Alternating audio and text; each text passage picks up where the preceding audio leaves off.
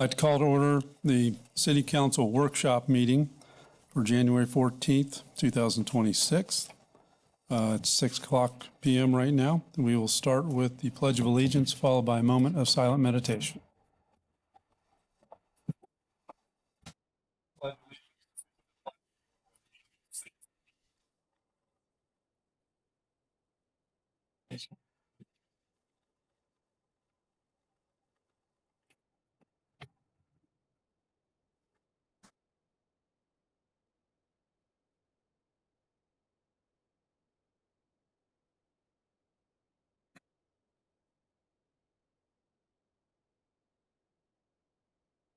Okay, the first item is roll call.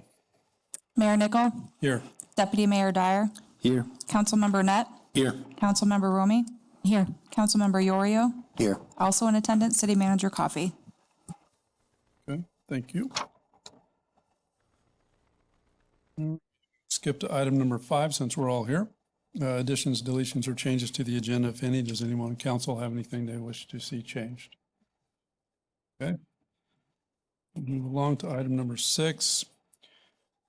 Reports, it's listed as public comments. This is a workshop for the boat and trailer storage. Many of you came out the last time we had a council meeting to discuss this issue, and we do appreciate you guys coming out. I want to remind everybody this is a workshop. This is something we're not going to make a specific decision on this. We're gonna hear your comments tonight. We're also going to discuss it amongst council, and the idea is to give direction to staff from that point as to how to move forward. So with that, we're going to go ahead and take public comment on this. And right now, I just have the one speaker card filled out. So if you do want to speak, please fill out a speaker form here. Try to fill it out neatly, please, so I can read it and not butcher your name when I call you up here. And give it to the city clerk, please. Wait a second until people grab those.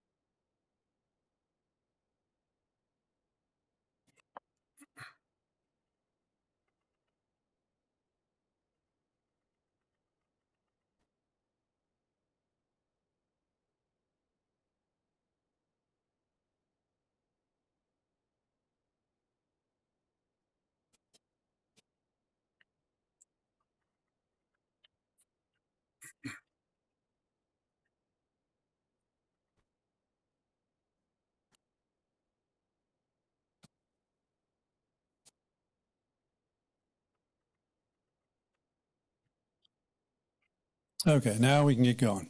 All right, the first speaker is Adam Azar. Please come up, state your name and address, and you'll have 3 minutes. I do want to caution everybody that I will cut you off at 3. Thank y'all so much for having me tonight. It's a pleasure to be here, and we really appreciate y'all considering this this entire issue. Can you state your name and address? My name is Adam Azar. I live on 215 Atlantic Boulevard, and it is a great pleasure to live in this municipality. This town of Indian Harbor Beach is probably and most people would agree, is one of the nicest places on earth to live. Huge kudos to our police department and to all of the city council for keeping it safe, for keeping a really ideal place to raise kids, to raise a family, and it's just great to be here. And I really appreciate you guys doing that, and thank you for listening to our concerns, because it is a big issue around here. I come here with the Dolphins shirt on, and I will say it's not our best season we've ever had. And, we've got a lot of things to work on, and we're probably not headed in the right direction. We're trying to change routes, and that's what it's about. It's about reassessing things. Are we going in the right direction? And that's kind of what I was thinking about right before I got here. I was like, with the citations and I don't know what you'd call it, but the letters that we've all gotten about our boats. And I drove around the neighborhood in the weeks prior to this, and there's a lot of residents who have boats in the front of their houses. And for the most part, they're really nice looking boats. And it does undeniably add to the character of a harbor beach town. If you want to talk about the identity and the character of our town, it is directly related to boating. It's directly related to the water, to the coastal waterways. It's a part of who we are as a town, and I think most people would agree with that. So thinking about, heading in the right direction, whether it's the quarterback or whether it's the coach or whatever it is, I don't think this is the right time to necessarily punish homeowners, nor is it the right time to do a crackdown on what we feel is an inherent part of our community. This is our identity as Indian Harbor Beach residents, is to own boats and to own kayaks and canoes and surfboards and I think most of us feel that as long as that we're storing them in an orderly way, we should come up with a way that suits everyone's needs for us to be able to have an agreement to where we can have that coastal community identity. Another big part of what I wanted to say tonight is that not everyone can afford storage. And I want to speak to the trailer issue, which I didn't get to touch on. This is my 3rd time addressing City Council, and it's always been a great pleasure and an honor for me to be able to talk in front of you guys.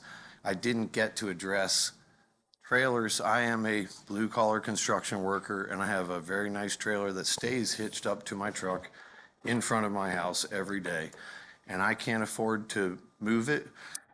We pulled a permit. We did a brand-new paver driveway. Not everybody can afford the I'm going to brand-new have to driveway. stop you, I'm sorry. But I will say that The 3 we're minute trying to is keep up. everything legal, and we really appreciate you guys considering all these concerns.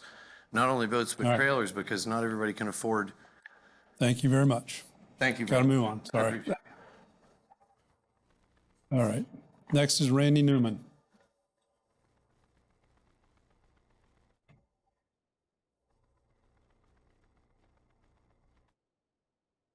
Good evening. My name is Randy Newman. Address is 235 Marion Street. I want to thank you all for being here and hosting this workshop tonight about boats and trailer. Obviously, I was here last time, so I'm here again today. Again, like the gentleman said earlier, a lot of us have difficulty being able to afford for the storage, and that's the reason why we park our boats at our home. One thing I want the council member to consider is our property is very small, and there's not enough room to park the boats on the side of the home and, putting it in the back. So I see that some people do have their boats on the driveway, and as long as it doesn't block the sidewalks or cause any hazard to anybody, that you guys will consider that as an exception to have the boat on the driveway with their tags, registered, whatever means necessary. And I think everybody would appreciate that as well. Thank you. Thank you. Todd Alspaugh.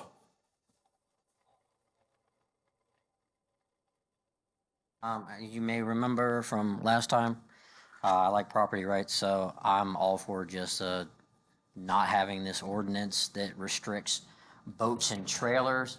I'm not speaking on RVs and campers. I don't have any say in that. I don't own one. I haven't even thought about it. If there is an ordinance that the majority wants regulating boats and trailers, I just ask that we don't mandate any type of fencing to be around it or any type of concrete pad to be under it, because it ends up being the same issue with cost. You had to spend thousands of dollars to get a concrete pad. You end up stuck. I know for one, I don't have the money to get a concrete pad right now. I eventually want to put it on gravel anyways for my own, personal reasons, but I don't think enforcing something like a privacy fence, because then you run into problems. If the yard is so small that the fence has to be 10 feet from the road, they might not even be able to get a fence around their boat. It wouldn't block the boat anyways if the boat's tall, et cetera, et cetera. So if we're concerned about the appearance of some boats that obviously haven't been used in 20 or 30 years in people's yards, maybe we could come together as a community somehow. I don't know if this is possible. And they might want to get rid of the boats. Maybe we offer to help them in some kind of way. I would help them for free if I knew about it. I would, if it's something that could be towed to the dump, I would do that or whatever. Or if there's some kind of organization that could get rid of them. But I just want to make sure that we don't add some kind of. I'm all for no ordinance on it, but if there is, I want to make sure it doesn't. It's not like a workaround to where you can have a boat, or a trailer, but you can't really because there's no way to pass, to be compliant. So that's all I got. Okay, thank you. Craig McKenzie.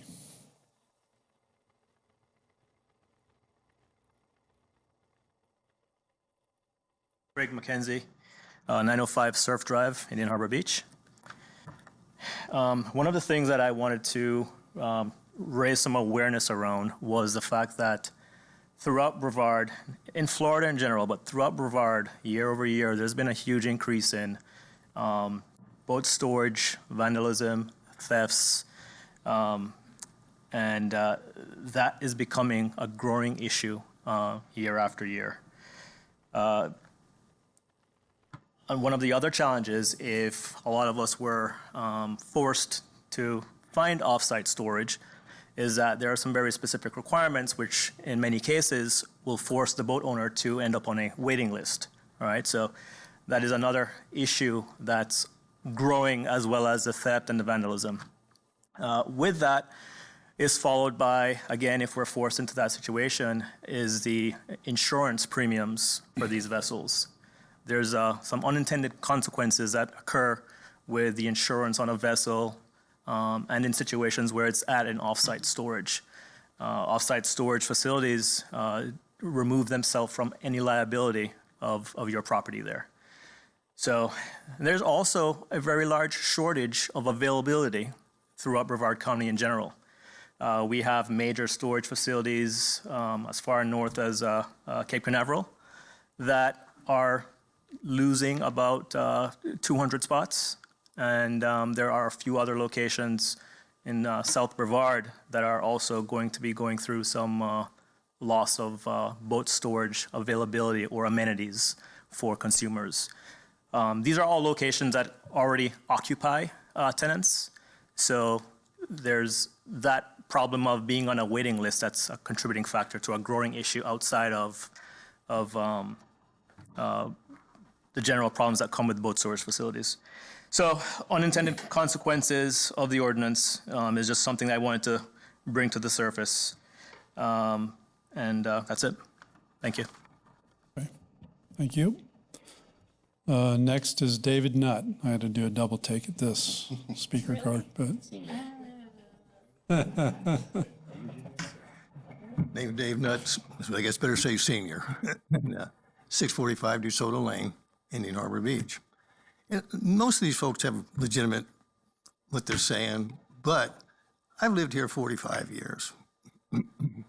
I've owned boats probably 35 of those years, utility trailers and construction trailers and businesses. I never in my life had to worry about putting one in my yard. I always found a place to store it because I didn't think I had the privilege to throw this stuff in my yard with my neighbors. I know there are storage places around here. I checked myself, and they start from $125 a month, any length boat, to $300 a month. And anybody that owns a boat, if they're spending $60,000, $70,000, $100,000 in a boat, I'm sure they want to have insurance on it. And if they don't, they've got a problem. It's their own problem. I don't think it's a public problem. I don't think the neighbors should see a boat, a cargo trailer, and sitting in somebody's yard when they're trying to make their yard look beautiful. And we've all had the same problems. Not like it's something new. And for 40-something years, I've managed to find some place. And I know there's some right down the street here, just a few left, but they can find them. And, it's like any other ordinance. We got speed limits, can't smoke some places. This is just an ordinance that needs to be done for the public, not for a few people.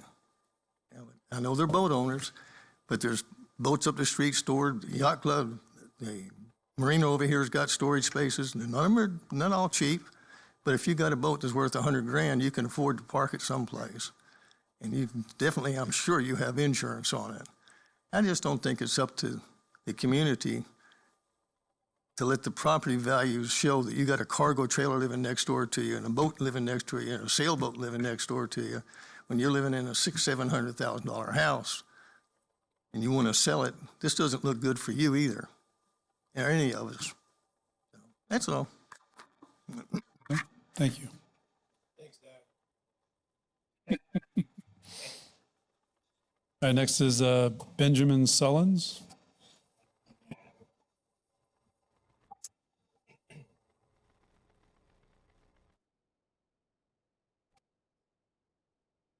Well, no one said it last time, but what this comes down to is about appearances, right? Whether you like something or you don't. So I looked through the city code, and we don't regulate appearances of anyone else's property anywhere else in our city code, except for boats, right? So we've got, I don't know, lots of other things out there in people's property that someone else may not like, but for some reason, this is the only one that is regulated in our city code. So really just don't understand it. You have to live next to a boat. I have to live next to people's cars I don't like the look of. We don't dictate that, So, yeah, it's just not something I think the city should have the business of doing, right? If you don't like the way the boats look, plenty of other communities out there that have homeowners associations where they dictate the color of your house, the color of your roof, the way your lawn is kept, whether you're having a boat. If you want to dictate what people can have on their property, plenty of other communities out there that have regulations for that in their homeowners association. So when I moved here, I specifically sought out a community that was not in a homeowners association because I lived in one before and it was a nightmare and it just spiraled out of control. So here we are in Indian Harbor Beach. I'm glad to be here in a harbor with a boat on the seal. And yeah, so. I've got 1 more minute left. I want to say something else too, not on boats, about park lights. So Algonquin City Park has big, beautiful lights out there. And if you are a city resident, it's very difficult to turn these lights on. I don't know if any of you guys are aware of this. So during the winter months, after school, you want to go use the park, or after work, you want to use Algonquin Park. It's pitch black out there and you can't use it. Only the leagues have keys. I know there's issues with grass and that sort of thing, but I talked with my neighbor Susan and she put me in touch. What's her name? Kristen, right? And we had a dialogue going back and forth. So it is, I think would be in the interest of our city residents to be able to utilize the city parks with their lighting systems during the winter. So, yeah, so if there's a way to upgrade the lights, I know there's other methods to use timers and that sort of thing. So it's not disturbing the residents any more than is needed that live near the parks. And then with the upgraded lights, they've got, LED lights that are more energy efficient and the more directional, less floodlights, that sort of thing. So that's all I have. Thanks. Thank you. Jay Lewis. Jay Lewis, I'm at 100 Wimico Drive. I'd like to talk about the ordinance a little bit, the specifics of the wording. It talks about, I think the defining phrase in there is vehicles have to be to the rear of the front principal building line. And on my property, I would definitely abide by that ordinance if it were possible, if it were physically possible to move it into my backyard or the side of the house away from the sight of everybody. I would prefer that, but I can't. The house just isn't wide enough on either side of the property. So I'm wondering if when you guys discuss changes to the ordinance or potential changes to the ordinance, if you could consider some compromise around that requirement for people that can't fit behind the property line, that can still house their vehicle on their property, put rules around it for aesthetics, make sure that it, isn't offending people, and just look at that ordinance in particular and see what can be done to accommodate the people that want to do the right thing. Thank you. Okay, thank you. Chad Palladino.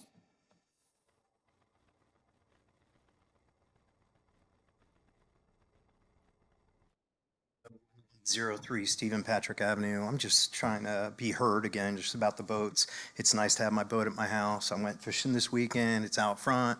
I get to use it, bring it back, work on it when I want.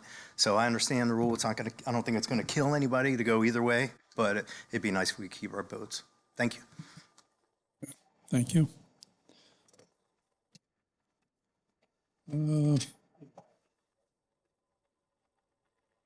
William Burney.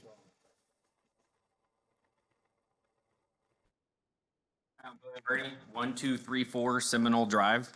I mean, I think everybody's points are solid. I mean, I guess the one thing that I wanted to bring up, like some of the others, was that the fact that there is only the issue about boats, whereas a golf cart parked in the front yard, a tree house built in a tree in the front yard, strollers, kids' toys, everything else that can be part of a family's home can be left out in the yard with no issue.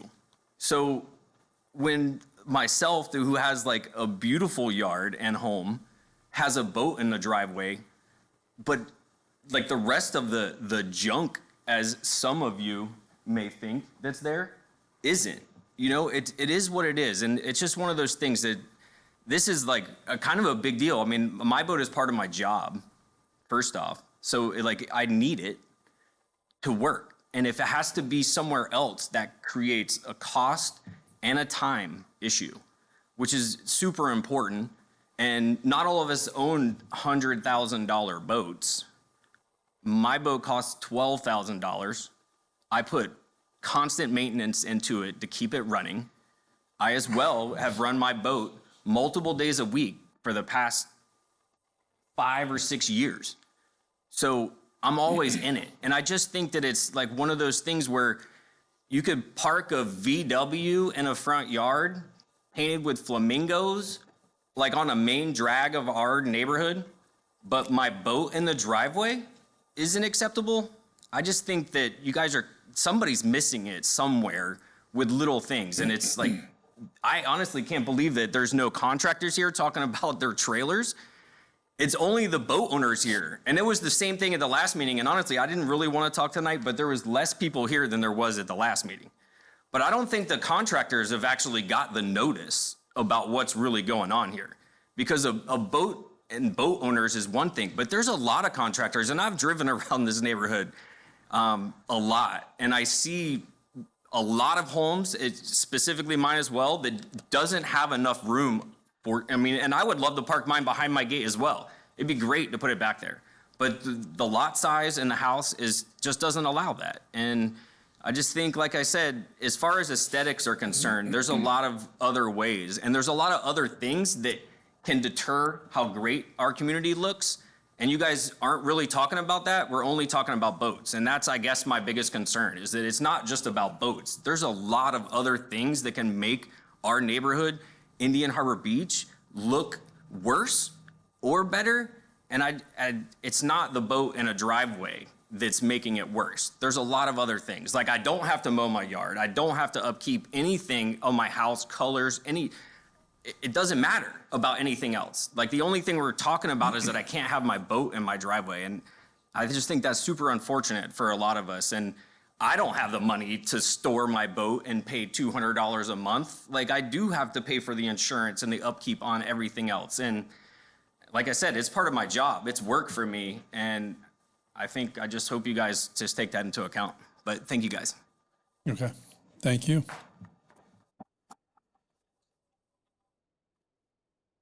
All right, that's it for the folks from the audience that have submitted speaker cards. So we'll bring this back to council for discussion. Again, this is a workshop. We're here to provide direction to the city manager and staff on what to do. And that's whether we leave the existing ordinance alone or whether we make proposed changes to it or we ditch the ordinance altogether. Those are the three choices that I see. I will go ahead and start taking council comments on this. I'll start with you, Deputy Mayor Dyer. Mayor, yeah, this is definitely one of those more difficult topics. A lot of this, first off, thank you for showing up again and voicing your concerns, because this is your community and we work for you guys. So I appreciate you guys showing up. Also, it's hard to make the decisions because we have to make the decisions for 9,000 people, not the 15, 20, 100 people. So that's the tough decisions that we have to make, but that's our job. I do agree with the comments made previously, from Mr. Adam Azar, I believe. We are a boating community. We're a waterman community. Most of us, it is our, our outlet to get onto the water. I also can attest to what the gentleman said earlier about the boat storage. A lot of the times, you have to have a high liability policy, and that just costs more money on top of paying for the storage. And then once again, I spoke last time, I myself have a boat and I only have 8 feet on the side of my yard. So I can't physically store my boat behind the leading edge of the house. I definitely think the ordinance needs to be revisited, because then, nobody even mentioned it, but you have the corner lots, right? Where's the leading edge there? So there's a lot of things to tackle in this ordinance. I do think that, there should be some sort of policy. I would be in favor of, being able to, keep one boat on your property and having it be in the front, with some kind of stipulations, just so it's not like, they're not everywhere. Potentially, having a valid tag, something like it would be, 5 feet from the road, so it's not obstructing any views, because, some of these you have T-tops and towers and stuff like that. So we got to consider that. And then, some sort of language that potentially has to be moved within 12 hours or something. So that way that would fix some of the, derelict boats that are just stored on the side of houses and grasses for a while. Because that's also the hard part, is you have to come up with a policy that's not subjective. It has to be objective. So, I would personally support, being able to store a boat in the front yard, on like I said, an improved surface, not just on the grass, so, whether that be like, pavers, crushed concrete, coquina, some sort of, so it does look nice. Going over. Yeah, that's kind of where I stand on the situation. Okay. I was remiss in not asking Ori Covert to come up, and one of the council members requested that we look at, what do other municipalities in the county have on their books for ordinances? So he's going to give a summary of that to put things in perspective as to how the rest of the county is operating. Yes, thank you, Mayor. You guys asked for staff to gather more information about what other communities in Brevard County are doing when it comes to residential parking and storage of boats and trailers. And so that's what we went ahead and did. So as you can see, the City of Indiana Harbor Beach does not allow any kind of watercraft or trailer to be stored on residential property, with the caveat that, but does have the exception that if it is parked behind that front property line of behind the house, it is allowable. So that is the exception there. And then if you're gonna have your boat parked in the front, it has to be on a paved surface, and it can only be for up to 48 consecutive hours. As we kind of go through, I decided to include some common rules. This is language that is found in all of the ordinances that we were looking into as we went through and did this research. I think some key ones would include that any kind of boat or trailer or recreational vehicle is not to be used for commercial purposes if it is stored on residential property. It cannot be hooked up to utilities, and you cannot live in it. Here I have some figures that were taken from Brevard County's Code of Ordinances. I include these because I think it's a good way to visualize, the common places where boats, like these vehicles and trailers are often parked. And so we see here kind of some of the different spots where they can be located, either long-term or short-term, temporarily. Again, here I'm just including language from some surrounding cities, many of which have the same approach that the city has when we created ours, which is just very much with the norm, which does not allow for boats, recreational vehicles, trailers to just be parked permanently. In some way or another, it always includes language, which makes it so that these items cannot be parked indefinitely in the front of people's yards. Satellite Beach does it a little bit differently. They do not allow you to park any of those vehicles in the front of your yard from Monday through Friday, except for a maximum of 3 hours per day. They also include language that talks about if you do have a corner lot, you can have it parked abutting that street on the side of your house, which would be behind that front yard, as long as you have like some kind of screen or something that would screen or fence that would just block the visual sight of your boat or trailer. Cocoa Beaches is a little different as well. They allow for 2 30 consecutive day periods for people to park their boat or trailer in their front yard, but outside of that, they are not allowed to. And then lastly, I include just a very brief kind of sheet that outlines the different rules when it comes to how long that this temporary parking is allowed in each city, and then whether or not it is allowed for permanent parking. And as you can see, no other surrounding city allows for permanent parking in the front yard when it comes to any kind of boats, trailer, or recreational vehicle. And then I also include the ordinance in which that I cited. You okay? Thank you. All right. So continuing on with council comments, I apologize for that little hiccup there, but Susan? Yeah, do you want to add to that based on that or not? Okay. Councilmember Romy.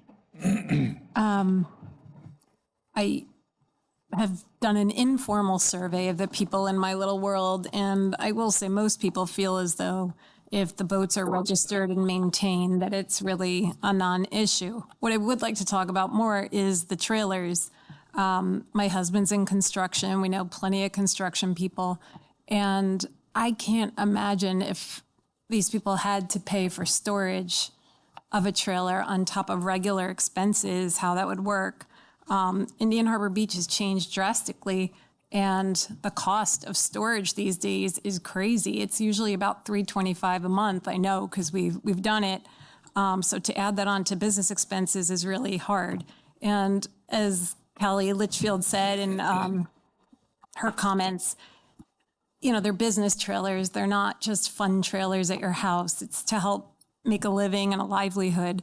So perhaps we can do something where work trailers can be registered through the city, and it's a work trailer. It's not a fun. If it's not blocking the pathway and not a fire hazard, I personally don't see the problem, and the people I've talked to felt the same way. And then I guess just going back to the boats, something people had said was the average boat size, which I didn't know, is up to about 25 feet. And I guess a fishing boat is up to 30. So maybe we have a limit to size with the boats, if that would make people happy. So that I know there was a humongous boat on Wimico recently that everyone's been talking about, but I think that was just once. But maybe a size limit would help. So those are the thoughts I have. Okay. Councilmember Yorio. Thank you, everybody, for coming and expressing your thoughts on this matter. I want to share a couple observations that I've made regarding this subject. I live on Wimico Drive, and on Wimico Drive, between the fire station and my house, there are 7 non-compliant vehicles in front of those houses. On my drive here this evening, from my house to this city council chamber, I counted 6 more. The reason why I mention that is because this is a pretty wide issue, meaning there's quite a few of homeowners in the city that are not compliant. In many of those cases, just in my observation, I know we heard from a few people that, you know, indicated that their property does not provide the width that they need to store their trailer. However, just from my untrained yet calibrated eyeball, I was able to assess that in many of the cases where I did see a boat on a trailer on a driveway, that the property could become compliant with a minor modification of being able to move, say, some fence panels or be able to store the boat still on the property. Ultimately, what I think is important is we want our citizens to be able to store their boats on their property. So my comments aren't about getting rid of the boats. It's about finding a way to have people be able to store their boats on their property and be compliant with an ordinance that satisfies, you know, the residents, the majority of residents in the city. And to that point, since we had the, since we had the meeting where a number of you came and spoke about it, I have received a number of unsolicited comments from other residents on the opposite side of the issue, meaning that they are for having an ordinance that helps to kind of control this issue of having boats on people's property. And so what I'm observing here is, you know, the people that showed up tonight and the other night are ones who received the letter. What we're not hearing is the other side of this argument, with the exception of Mr. Nutt, who came and talked about his feelings on the matter. So I know we've used the term beachside community. We all love living in a beachside community. I love living in a beachside community. But we're showing through data that the city has done with research that all the other beachside communities, we're all beachside communities, have the same ordinance that we have. So if we were to do something different than that, we would be an outlier. in terms of the ordinance. I have so it's, in some cases, I believe that with minor modifications, people can store their boat on their property and be compliant with the issue, so that it doesn't, so that, some of the arguments that we're hearing tonight, it's more of a convenience issue in some cases, but not all cases. I recognize that. I had the same comment that Councilmember Romy had regarding work trailers. So this is something that I became aware of when when this was talked about before, that if we have people whose business it is to need a work trailer on their property, that should not be penalized. That's their way of making a living. Having a fishing boat on your property is not your way of making a living. Okay, so we have one. All right. If there is if there are business or work trailers, are these businesses, this is a question, are these registered with the City of Indian Harbor? Yes. Hold on. Hold on. No, sir. No, sir. You cannot, no. Let me finish my thoughts, okay? We need to finish. So I asked that question. Thank you. I got the answer already, okay?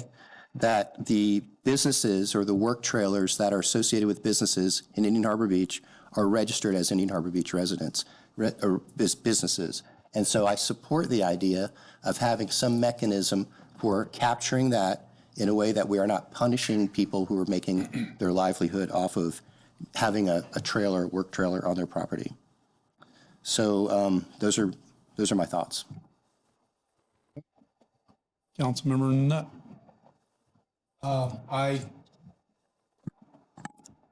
Everybody here spoke very well about on both sides, but I can tell you that I've asked a lot of people if they have an issue with this, that they need to speak up if they're against this. We've had plenty of you show up, but I can tell you right now, there's a majority of people that do not want to see the ordinance changed. And like the deputy mayor mentioned, that we do have to make some type of a ruling and a consensus on this that has to deal with the citizens as a whole, the 9,000 that are here. I would like to see some type of accommodation that may be able to be met, but at the same time, this ordinance was brought in 2018. In 2018, obviously, they saw a need for it. And with that being said, during that time, me being here and active and listening and keeping up with the city, I didn't see an outcry like we do right now when that ordinance was adopted at that time. And that wasn't that long ago. That was 2018. So I like to see us work on.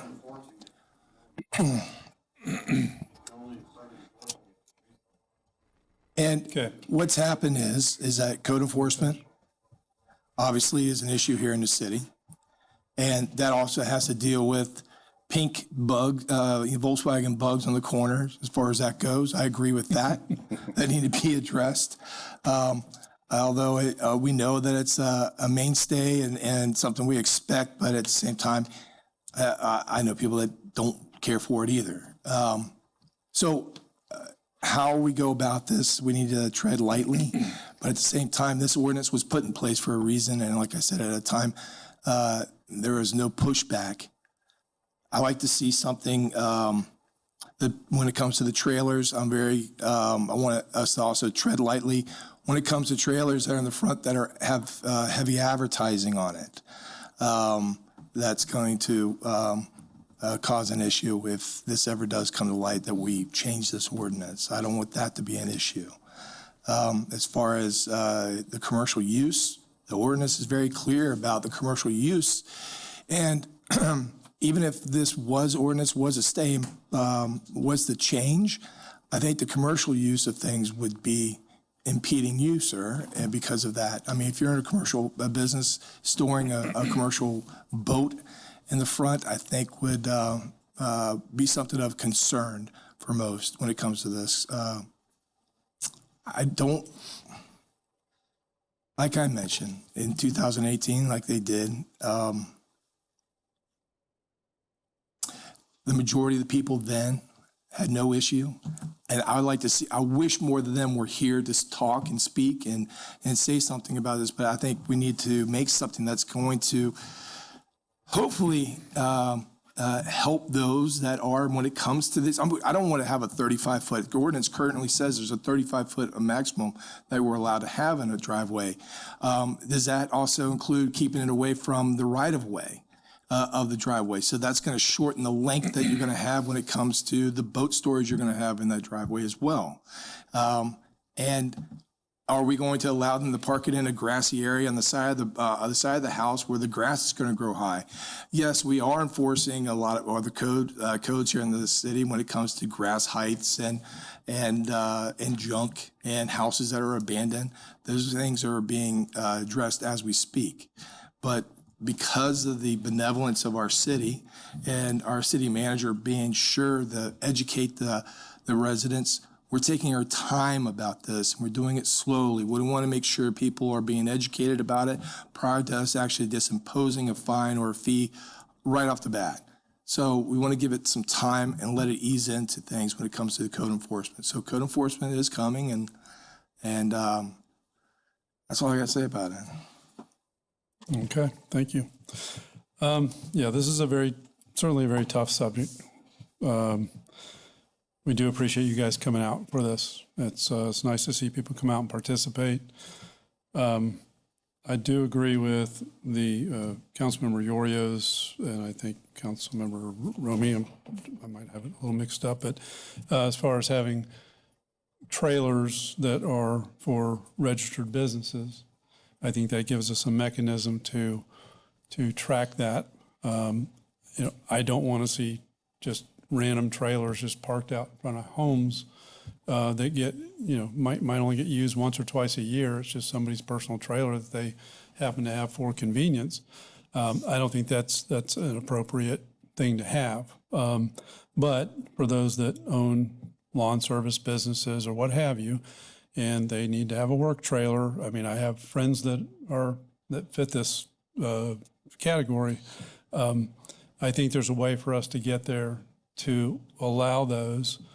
But I do, I would want to see them obviously properly registered, of course. Theoretically, they're going to be driven every day anyway. They're going to be not around the house until the evening time. But I would want to see those parked, any sort of a work trailer parked on an improved surface, paved driveway and some sort of improved surface. Now, I get it. It's an expense to build a driveway. That's a lot of money. Concrete's very expensive these days. But by the same token, it can be other improved surfaces. It could be gravel. It could be some sort of stabilized, it could be crushed coquina, what have you. But I think that would be a reasonable accommodation to make for that. Now, on the boat side of things, I'm struggling with that one because, like Councilmember Nutt and Yorio both stated, I've had a number of people that I've talked to that have both approached me and that I've just had discussion with, and they're, like you guys are passionate about being able to park your boats in front of your houses.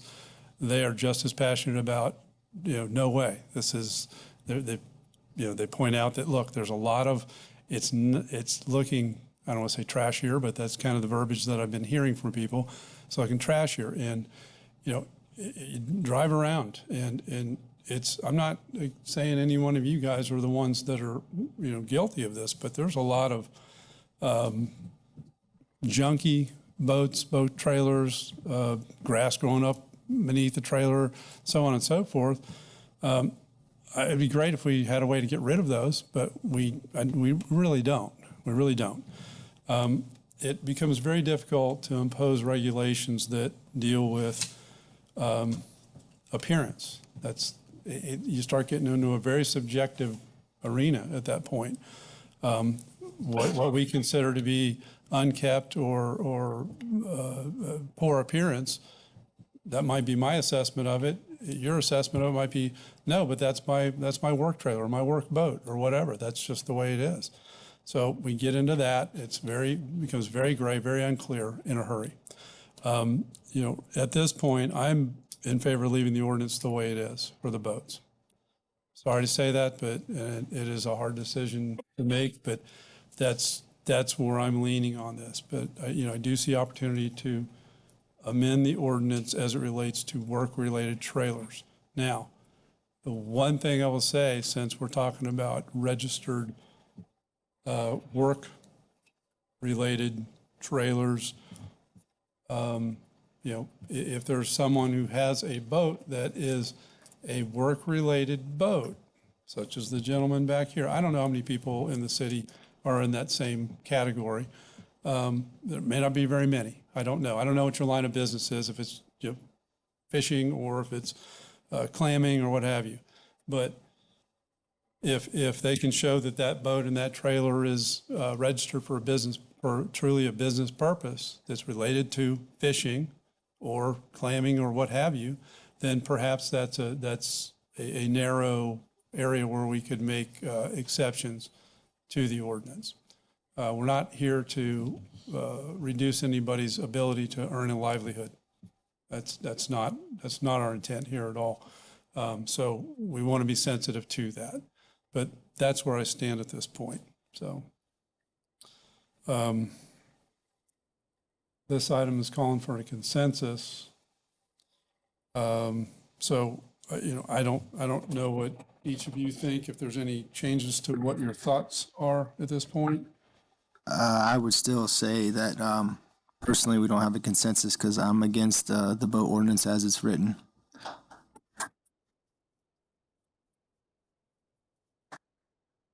I do hear, I saw the list of all the cities that had, some sort of ordinance and stuff, and it's a matter of perspective. To me, I think that we are unique, and I think that I look at it as an opportunity to do it right and lead the way, and potentially have other cities join suit.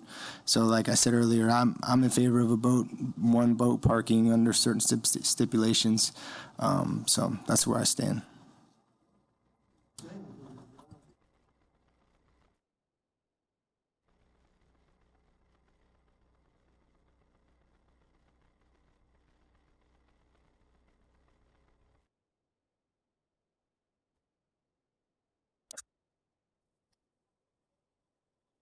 Okay. All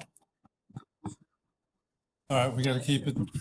Hey, cut him off. Wait, no, it's not. It's not. No, it's not. Yeah. The public comment's closed. Okay, the public comment part of it is closed right now. So let's throw a thing here. Excuse me. The public comment part of it is closed. Let's right bring it back down. We got to try to talk about this. So. I agree with Adam in that I think the ordinance has to change, and I'm going to focus on the trailers, as you said. And I also thought that was a great idea. Maybe if it is a boat that's being used for work, that's something, there is an exception to every rule. So I think the ordinance has to change. I'm sorry to say this to the audience here, but I concur with the mayor's assessment that we should keep the ordinance as is, with the exception of the work-related trailers, and not punish people for making a living off of what they need to keep on their property.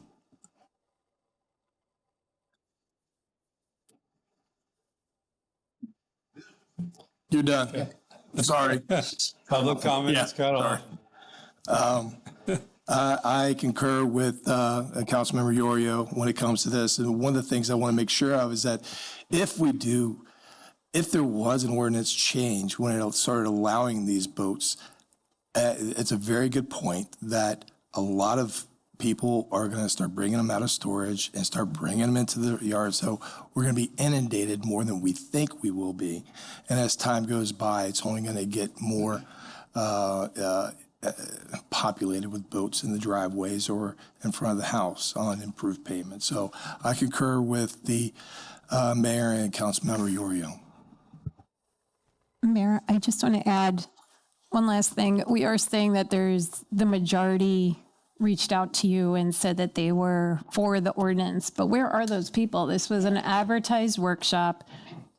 The last meeting was there and no one has shown up. I mean, Mr. Nutt has, but I for the agree. most part, they And haven't. Mr. Nutt represents about more than a dozen people. And But some of these people He's here represent a dozen at people. the same time, when those people call me and contact me, they're asking me to be their voice and to be their concern. So that's.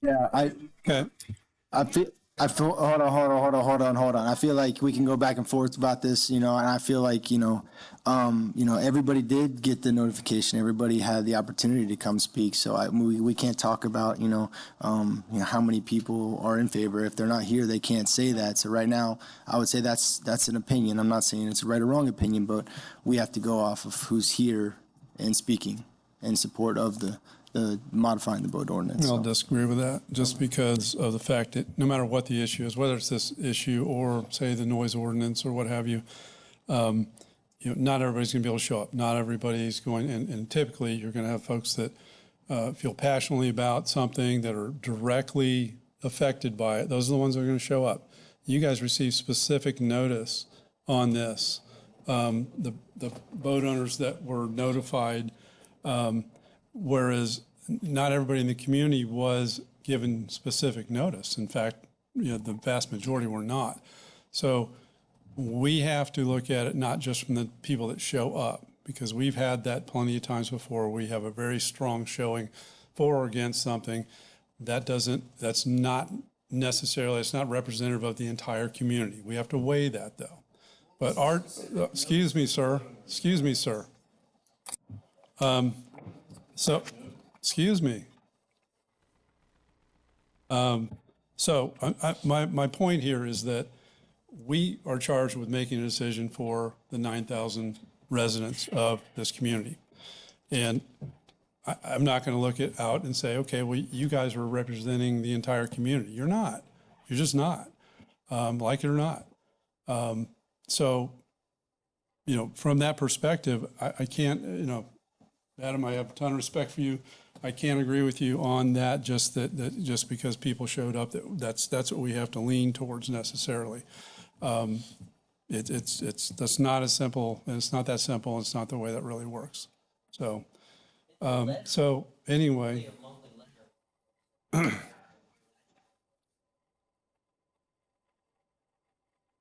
I understand. There's notifications that are published, that are put out there. But, not specific notices like a letter to you saying, hey, every single person, I didn't get a notification. Nope, none of my neighbors got a notification that said, this is an issue, this is a workshop, this is what we're going to discuss, whether you're for or against having boats and work trailers parked in front of the house. So all I'm saying is it's a little different. It's a little different. No. Well,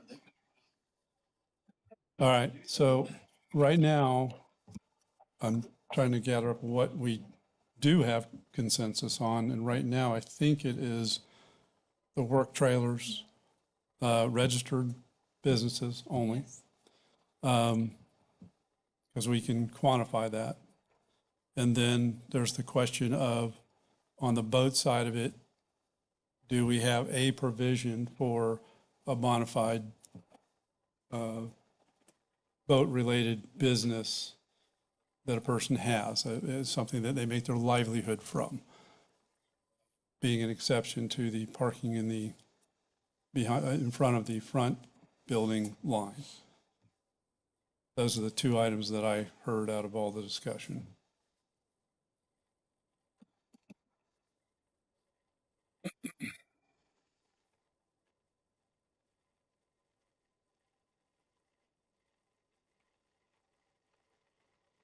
I have that. The one thing I would just mention to make sure everybody on the council is aware, the current code prohibits the boats. So if you don't make a change to that code prohibition stands.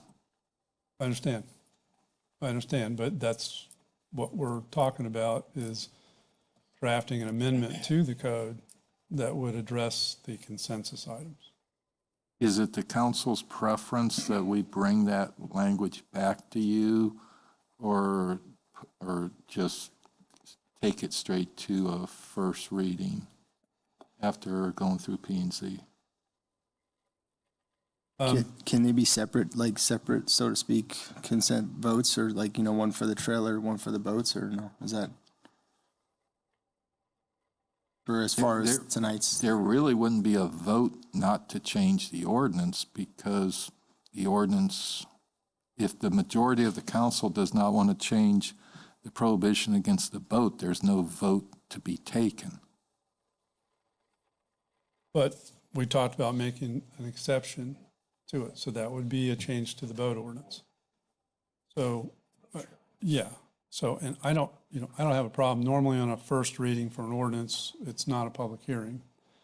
I don't have a problem making that a public hearing, first and second reading. If everybody else is okay with that, I don't see that. So just to clarify, we're all in consensus of modifying the current ordinance. Is that accurate? Yes. Copy, okay. And then to the extent of, that's what we'll talk about at the first reading. Correct. Yep. Yeah, normally we don't do that. It's only on second reading we do public hearing, but given this topic, I think you need to hear from the public on it. Mm-hmm. Are we talking about describe? Yeah, so it'd be a change to the ordinance. Right. A change to the ordinance. Yeah. And maybe we can push out more notification, more notice to the residents.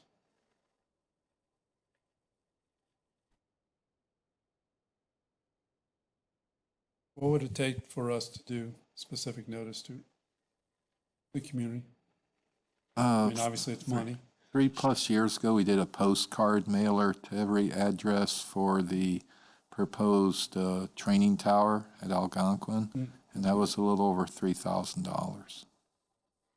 What about all the emails we've been collecting? Maybe that's another way we can send out a notification at all the events we've been collecting. It would help, emails. but I don't believe we have that many. Or Yeah, multiple. it'd be nice when we can get to the point where we actually have everyone's email addresses, but we don't. Well, so that's quarterly, but like some sort of multiple Facebook posts, about that, and then also on the signs out front. But it'd have to be adequate duration, can't be like 2 weeks, so something like that. So that way, we could get people to show up for their support for or against the boats. But yeah, give it adequate time. So I guess the question is, do we want to spend the money on doing specific notice? Personally, A lot of dollars. Personally, I think, electronic notification, sign notification would be adequate as opposed to spending $8 grand, but that's just my vote. $3,000. I'd like to add a $3,000. comment to that. It's $3,000, and we are certainly not representing the entire community with the people that showed up tonight. So I would think that in order to get adequate coverage and notice, we would have to send out mailers to everyone. Yeah, I mean, I hate to spend the money, but by the same token, it is an important issue. It would be nice to hear from folks on that. Okay, so if I can make a proposal that we'll take this to P&Z on February 4th, but we won't have first reading till the second meeting in February, to give adequate time for the mailer to hit and people to. Yeah, I think that's reasonable.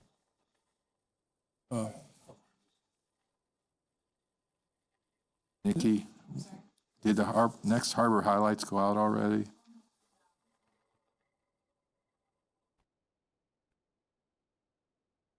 Are you past the deadline?